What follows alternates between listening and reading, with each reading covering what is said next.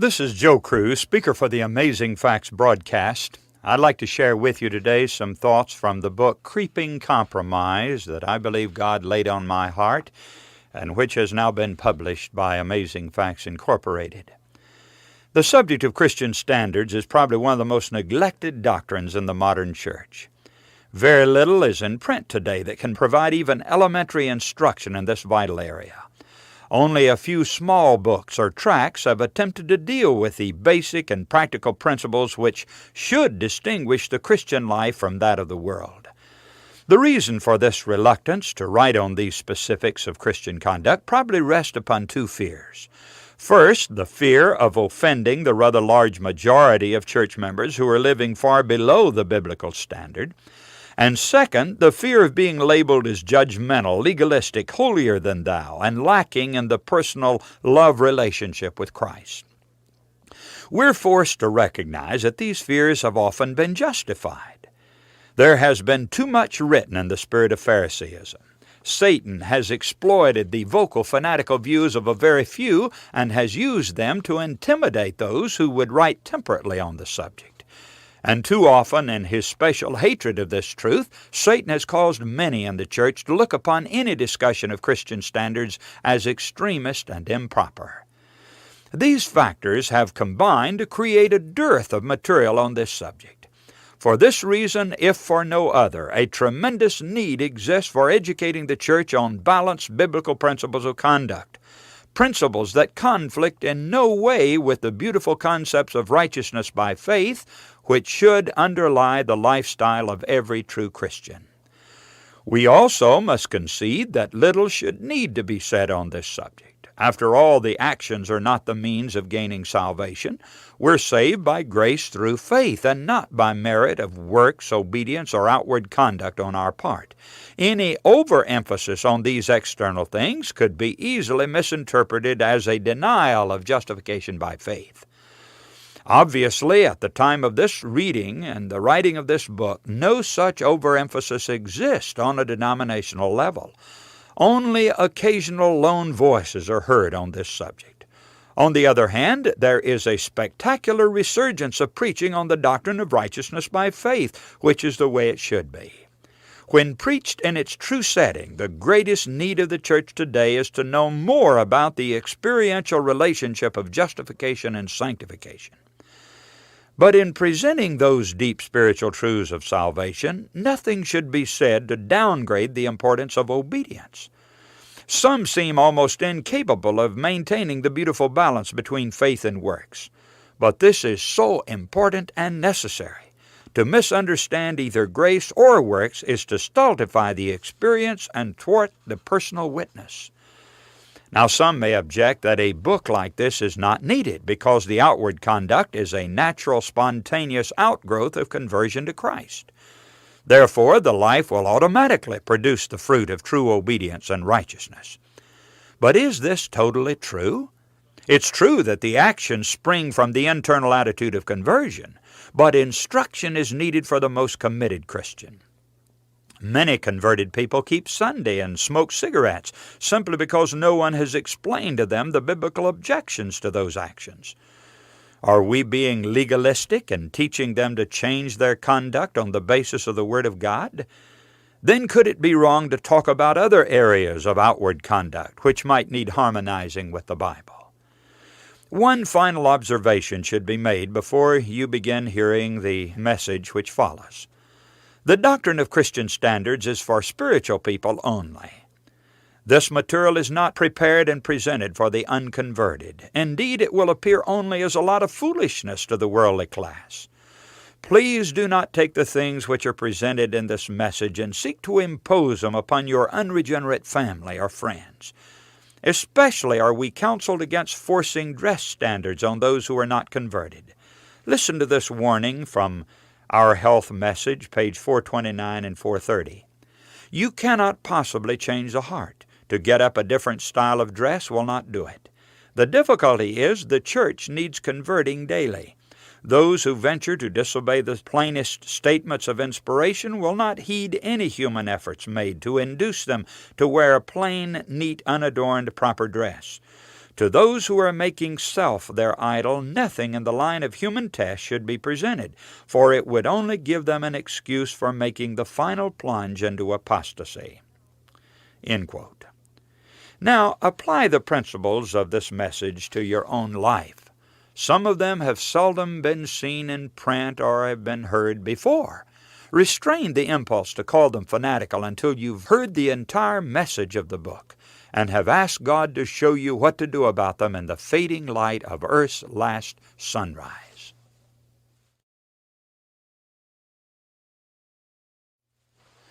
Chapter 1, Our Enemy, the World. The world today is in an incredible state of flux and change. Traditional views and values have been altered and almost reversed within a relatively short time. Under the numbing influence of television and the highly mobile electronic media, minds have been manipulated, thought patterns set up, and decisions dictated. And most of the millions so influenced are almost oblivious to the powerful artificial agencies which were used to change their minds and their morals. There is no question whatsoever that Satan is pulling the strings and directing the subtle forces which are designed to destroy us spiritually. Under the hypnotizing influence of these forces, Christian minds have been just as successfully brainwashed as those of the most unregenerate sinner. Our only safety is to recognize the clever camouflages of the enemy. 1,000 disguised death traps have been planted all around us. Almost imperceptibly, our thinking has been affected by what we see and hear. Spiritual convictions have softened and disappeared altogether. The fine sensitivity to sin has been blunted by incessant exposure to the apparent innocent influences of our baited society. In the Scriptures, these assault weapons of Satan are referred to simply as the world. And no one can say that we've not been warned against their demoralizing effect. Paul, James, and John all wrote with dramatic urgency about the dangers of collaborating with the world. Notice these texts in 1 John 2:15 and 16. "Love not the world, neither the things that are in the world. If any man love the world, the love of the Father is not in him. For all that is in the world, the lust of the flesh, and the lust of the eyes, and the pride of life, is not of the Father, but is of the world." Again, James 4, verse 4. "Ye adulterers and adulteresses, know ye not that the friendship of the world is enmity with God? Whosoever therefore will be a friend of the world is the enemy of God." And John 15:19. "If ye were of the world would love his own. But because ye are not of the world, but I have chosen you out of the world, therefore the world hateth you." 2 Corinthians 6:17. "Wherefore come out from among them, and be ye separate, saith the Lord, and touch not the unclean thing, and I will receive you." Titus 2:14. "Who gave himself for us, that he might redeem us from all iniquity, and purify unto himself a peculiar people, zealous of good works." Now these writers had an inspired obsession to expose the deadly error of mingling together the sacred and profane. They're saying to us with one voice, don't love the world. You're not of the world. Come out of the world and be a peculiar and separated people. These texts are not to be construed as orders to leave the physical occupation of the world, of course. Obviously, they're warning against certain influences, customs, and ideas which would be highly detrimental of the Christian way of life. Furthermore, Jesus himself indicated that things of the world would appear completely innocent in the eyes of men. He laid down an eternal principle when he spoke these words to the Pharisees in Luke 16:15. "For that which is highly esteemed among men is abomination in the sight of God." Now you study that statement carefully, friends. Christ is saying that the most honored, respected things in society will be the greatest enemy of the truth. He's saying that his people would have to stand on the opposite side from the prevailing practices of the world. True Christians will have to reject the lifestyle which will be the accepted, approved norm for all the rest of the world. Do we have any idea what is involved in taking such a position? It's not easy to stand against the sincere, articulate opinion of popular national figures. And then there will be full support from the great church systems to give even more credence to the things which are highly esteemed among men. This wrong way of life will be so patently taken for granted that any deviation will be looked upon as stupid and irrational. Ellen G. White explains it this way in Fundamentals of Christian Education, page 289. When we reach the standard that the Lord would have us reach, worldlings will regard Seventh-day Adventists as odd, singular, straight-laced extremists. End quote. Now this brings us to another most important question. What effect will all of these glamorized, disguised approaches have upon the remnant church? The studied purpose of our great enemy is to make sin appear unobjectionable and, if possible, to infiltrate the camp of the saints. The one great citadel of strength, the last bulwark of defense which stands against the lawless one, is the seed of the woman. According to Revelation 12:17, the dragon was wroth with the woman and went to make war with the remnant of her seed, which keep the commandments of God and have the testimony of Jesus Christ. You see, Satan hates the law of God. He hates the Sabbath, and he hates those who stand in the gap upholding the validity of that law. Down through the centuries, the devil has devised special weapons to use against the people of God. Those weapons have varied from generation to generation. Often, the sharp edge of persecution was turned against that little remnant who stood loyal to the commandments of God. Persecution and the death sentence will come into the picture again as a desperate devil unleashes the worst that he has against the true church. He knows this is the life or death encounter which will settle the issues of the great controversy for all eternity. This time he will overlook no advantage. Relying upon the psychological expertise of 6,000 years' experience of trying to bend the human mind, he has initiated a softening up operational plan against the people he hates. That plan consists of gradually weakening the spiritual defenses of Seventh-day Adventists through worldly compromise. This will be the ultimate weapon which Satan has cleverly designed to undermine the faith of every member of the remnant church. How successful will it be?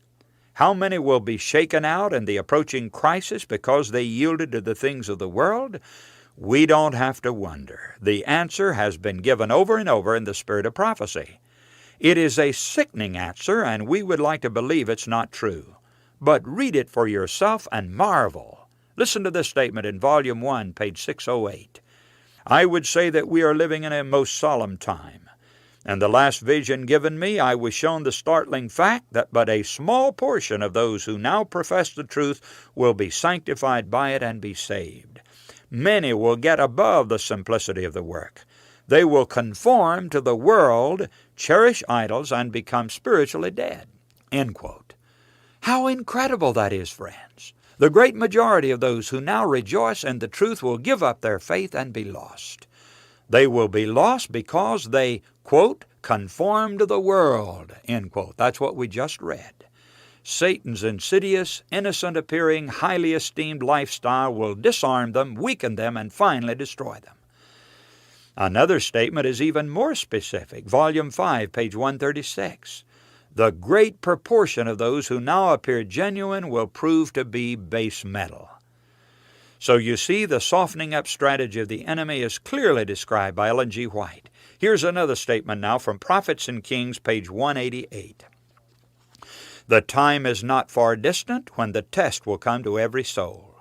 The observance of the false Sabbath will be urged upon us.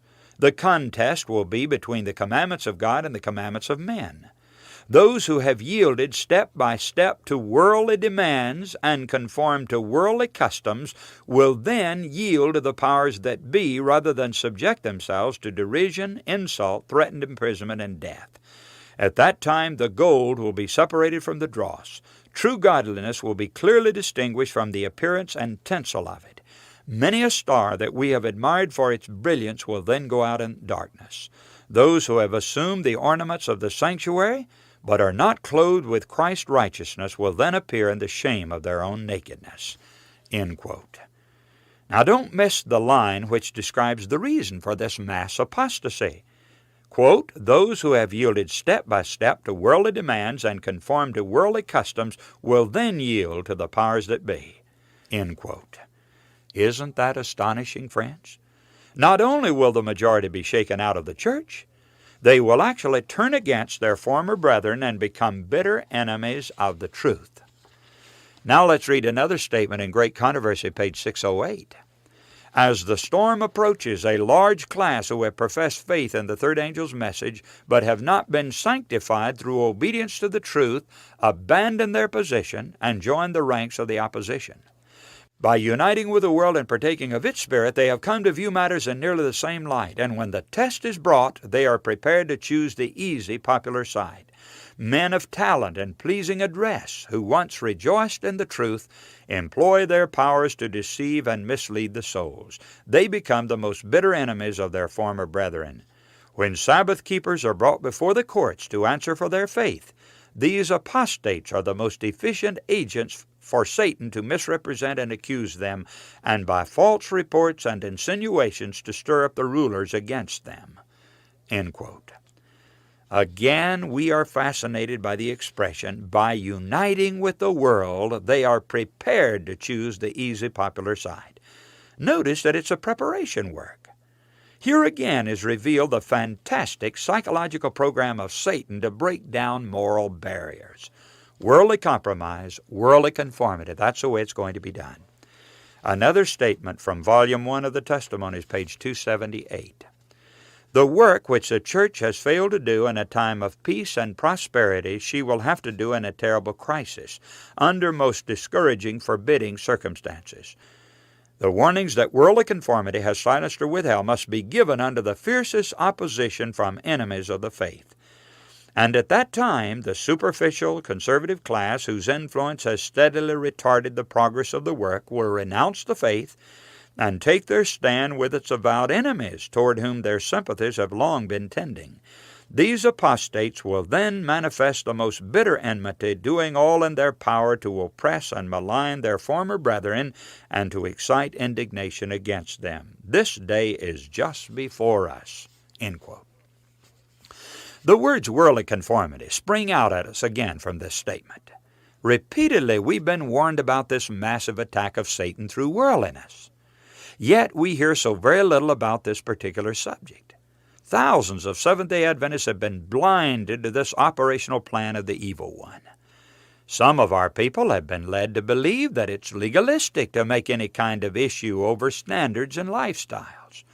To them it's quibbling and judgmental. This is surely the way Satan would have them feel. They talk and think much about the final test over the true Sabbath, but fail to see how the outcome of the test is being determined right now. Says Ellen White in Testimonies, Volume 5, page 216, "Those who are uniting with the world are receiving the worldly mold and preparing for the mark of the beast. Those who are distrustful of self, who are humbling themselves before God and purifying their souls by obeying the truth, these are receiving the heavenly mold and preparing for the seal of God in their foreheads." End quote. The mark of the beast will be enforced. Every soul will have to go to the side of the true Sabbath or the counterfeit Sunday. Seventh-day Adventists will face the death sentence for their faith. And tragically, the majority will not be able to stand in that crisis. They will prove disloyal because of earlier compromise and vacillation over Christian standards. By yielding gradually to worldly custom and fashion, their strength of will and decision will be so diluted that they cannot endure the test. And this compromise is going on right now.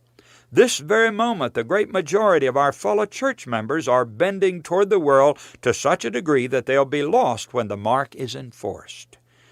Now here's the question that bothers me. Am I bending with them? How can I be sure that I'm not following the drift which will bring on the great shaking in the church? What cleverly disguised diabolical method has Satan employed to blind the eyes of so many of God's people that they will finally choose the world over the truth? It must surely be the polished masterpiece of all the deceptive plans he has ever used against the saints. The people who've been noted for their high standards will be tricked into yielding up their separated lifestyle. The average Adventist today would indignantly deny that he's being worldly. The majority of our members would express full assurance that they will not give up their faith, even in the face of death. Yet we have just read that they will. What does this mean?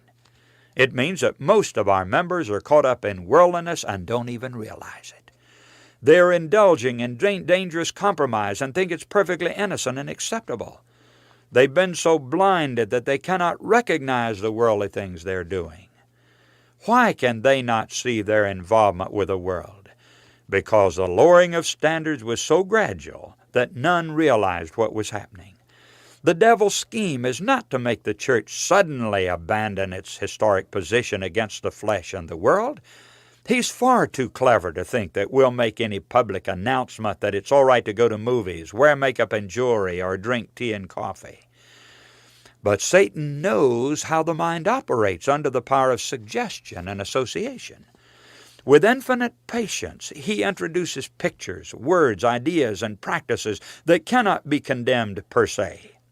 In fact, many of Satan's innocent, quote, unquote, devices are not only highly esteemed among men, but have some commendable qualities and features. A perfect example of such a device is television. And how many of us have heard convincing arguments for the fine news, documentaries, and religious programming? No one can say that the TV console in the living room is an evil thing in itself. In fact, taken by itself, it's a fine piece of furniture and a source of good information. But then begins the masterful process of psychological assault in which Satan is unexcelled. Very slowly the discriminations are dulled by glimpses and snatches of borderline comedy, violence, and so forth.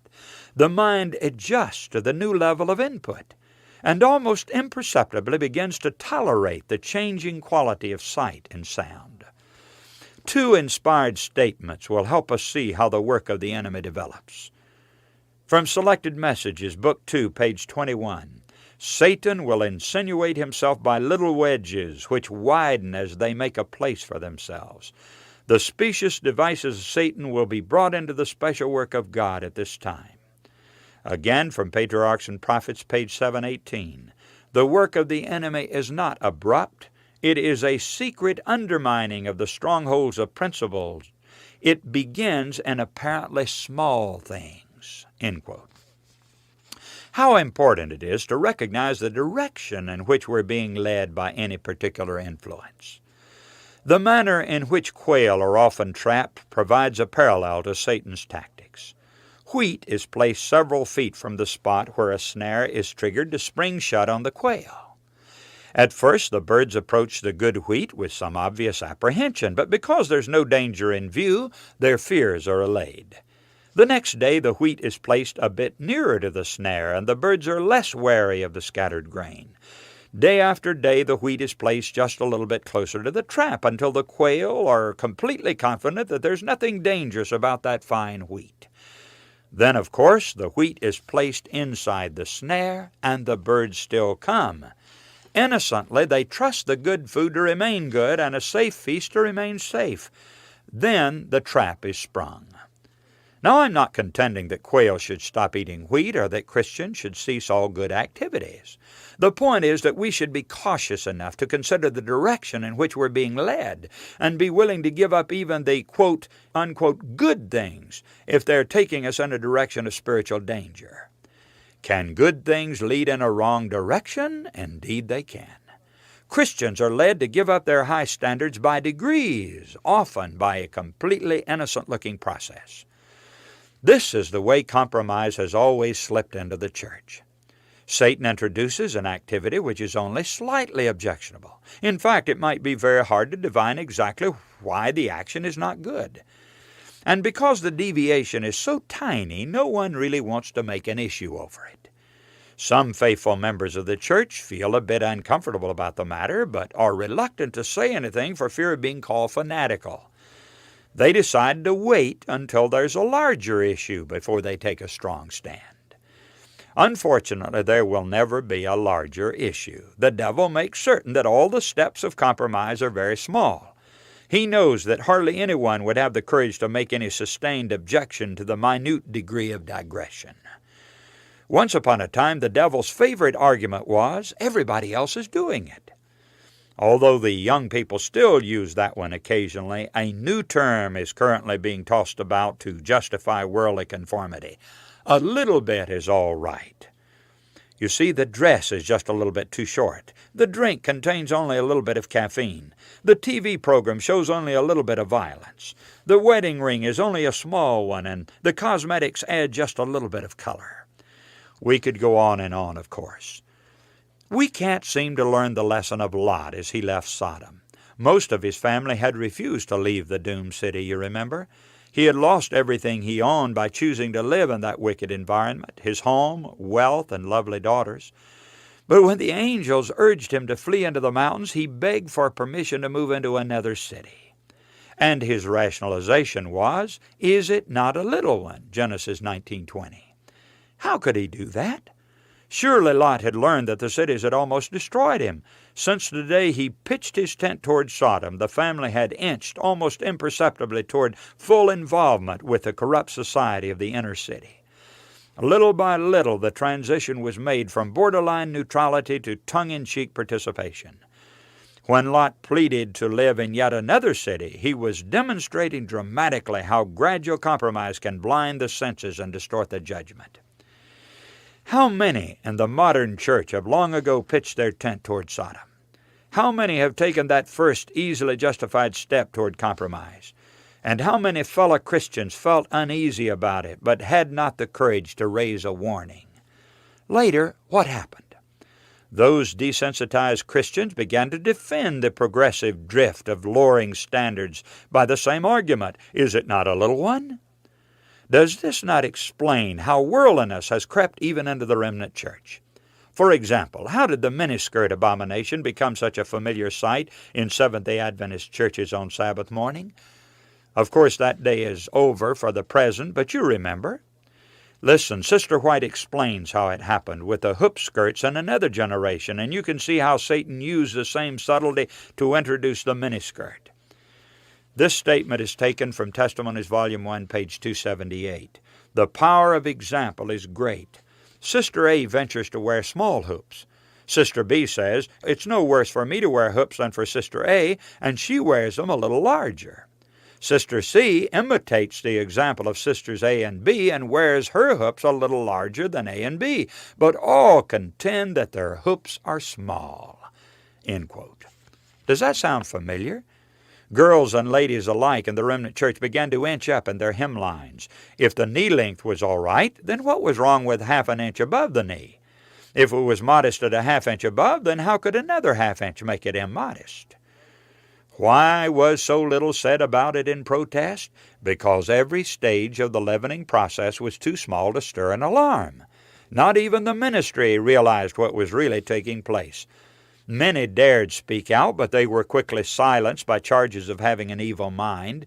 Very few continued to blow the trumpet of warning against the growing violation of modesty. How can we explain the blanket of silence that often attends these specious intrusions of the world? Apparently much of it is rooted in the fear of offending. Listen to this statement taken from Spiritual Gifts, Volume 2, page 284 and 285. I saw that individuals would rise up against the plain testimonies. It does not suit their natural feelings. They would choose to have smooth things spoken unto them and have peace cried in their ears. I view the church in a more dangerous condition than they've ever been. Experimental religion is known but by a few. The shaking must soon take place to purify the church. Preachers should have no scruples to preach the truth as it's found in God's Word. Let the truth out. I have been shown that why ministers have not been more successful, they are afraid of hurting feelings, fearful of not being courteous, and they lower the standard of truth and conceal, if possible, the peculiarity of our faith. I saw that God could not make such successful. The truth must be made pointed and the necessity of a decision urged. And as false shepherds are crying peace and are preaching smooth things, the servants of God must cry aloud and spare not and leave the result with God. Again, from Spiritual Gifts, Volume 2, pages 283 and 284. By some there is a shunning of the living testimony. Cutting truths must not be shunned. It needs something besides theory to reach hearts now. It needs the stirring testimony to alarm and arouse that will stir the enemy's subjects, and then honest souls will be led to decide for the truth. There has been and still is with some a disposition to have everything move on very smoothly. They see no necessity of straight testimony. Sins exist in the church that God hates, but they're scarcely touched for fear of making enemies. Opposition has risen in the church to plain testimony. Some will not bear it. They wish smooth things spoken unto them.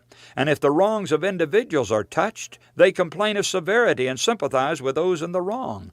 When the church departs from God, they despise the plain testimony and complain of severity and harshness. It is a sad evidence of the lukewarm state of the church." End quote. Oh, listen, the great need of the church is for courageous ministers who will speak boldly about right and wrong. The pastor who truly loves his flock and his God will not hesitate to call sin by its right name in every discourse. Straightforward preaching, which creates concern over wrongdoing, is the most genuine demonstration of true love. Such men will weep much over their flock and with their flock, but they will not withhold the message which can heal and restore. Dietrich Bonhoeffer, in his book Life Together, made this significant statement: "Nothing can be more cruel than the tenderness that consigns another to his sin. Nothing can be more compassionate than the severe rebuke that calls a brother back from the path of sin." End quote. A paragraph from the book Patriarchs and Prophets has influenced my own ministry more than any other thing I've read outside of the Bible. Its solemn message is burned in my soul from the first time I read it soon after ordination. It applies equally to parents as well as to pastors. So for me it has a double impact. Here it is from Patriarchs and Prophets, page 578. "Those who have too little courage to reprove wrong, or who through indolence or lack of interest make no earnest effort to purify the family or the church of God, are held accountable for the evil that may result from the neglect of duty. We are just as responsible for evils that we might have checked in others by exercise of parental and pastoral authority as if the acts had been our own." End quote. Now don't miss the thrust of that statement. If I'm afraid to blow the trumpet and warn God's people of approaching spiritual danger and they're led into sin as a consequence, then I will be held as accountable for those sins as if they were my own. Now, I don't want to answer for the sins of others. That's one reason I am writing this book and sharing this material. Too few are hearing about the covert tactics of our great enemy to break down the strength of the church today. The only way we're going to stop this worldly encroachment is to draw a line somewhere and stand on it. The nibbling away of our standards will continue until we muster the courage to resist the first compromise. Sister White said, "The distance is widening between Christ and His people and lessening between them and the world." Spiritual Gifts, Volume 4, page 68. Again, she wrote in Testimonies, Volume 5, page 78, "Our only safety is to stand as God's peculiar people. We must not yield 1 inch to the customs and fashions of this degenerate age, but stand in moral independence, making no compromise with its corrupt and idolatrous practices." End quote. Now it will be our purpose in the following chapters to study certain large areas of Christian standards which Satan has made the special focus of his plan of creeping compromise.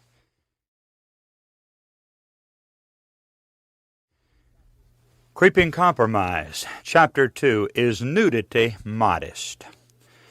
The dress question, which has probably been the most sensitive area in which to draw lines based upon Bible principle.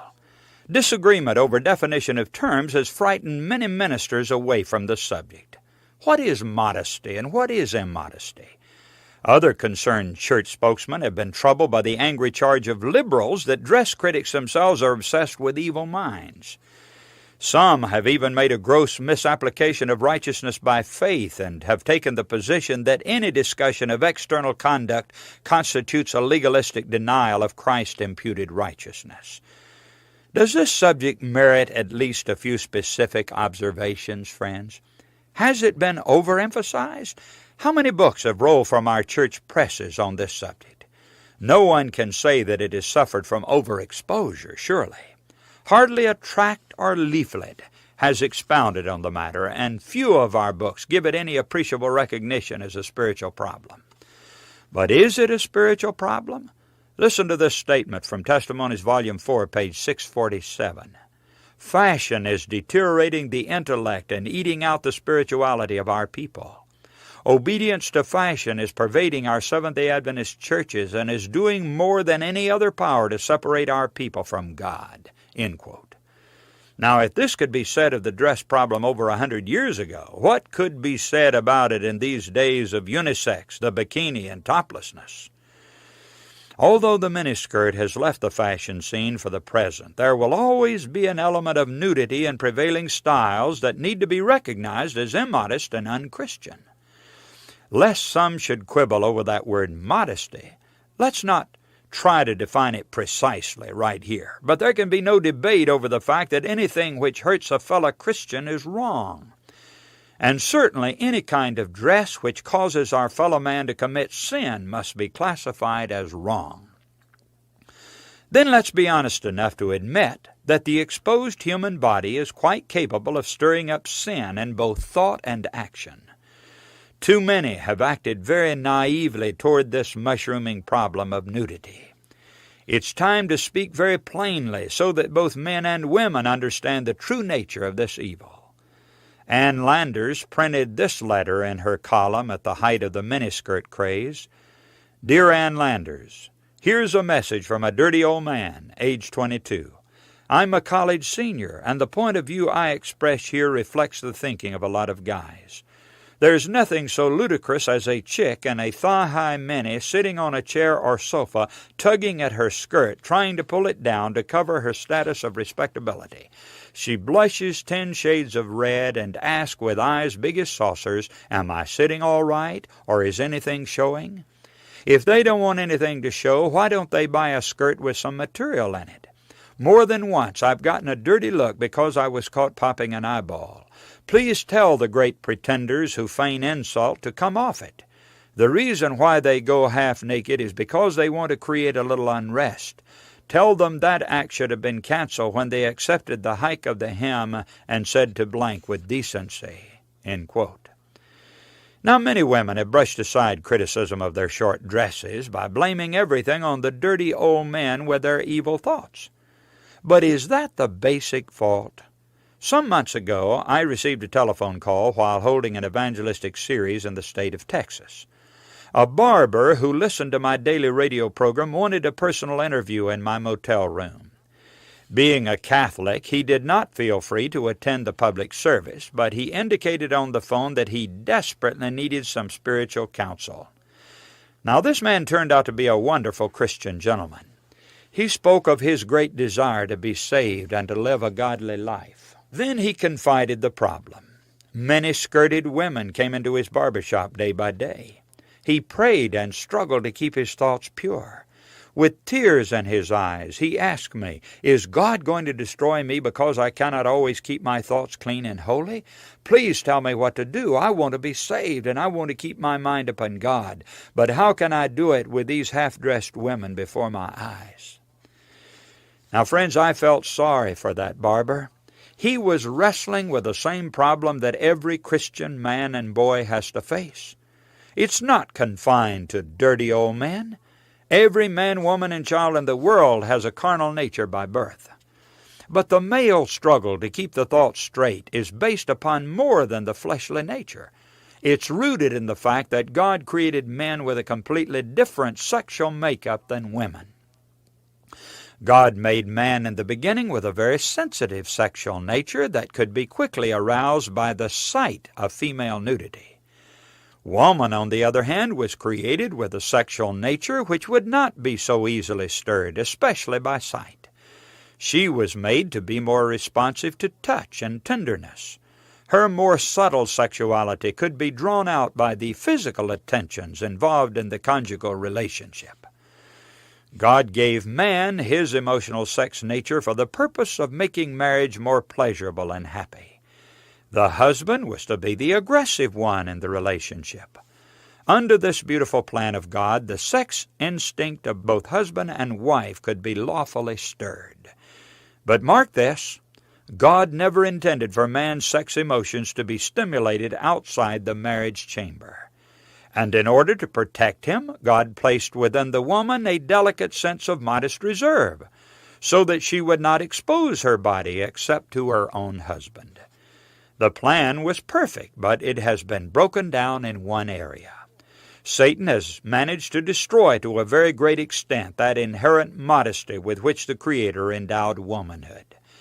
Under the growing curse of transgression, women have thrown off the moral restraints. Uninhibited nudity or provocative half-dress has become the accepted norm of modern fashion. On every side, the Christian as well as the non-Christian is forced to look upon scenes of nakedness which are utterly foreign to the original plan of the Creator.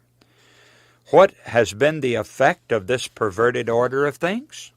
It has produced a sex-saturated society whose moral qualities just about match those of the antediluvians. Jesus said in Matthew 24:37, "But as the days of Noah were, so shall also the coming of the Son of Man be." And what were the conditions of Noah's day which would be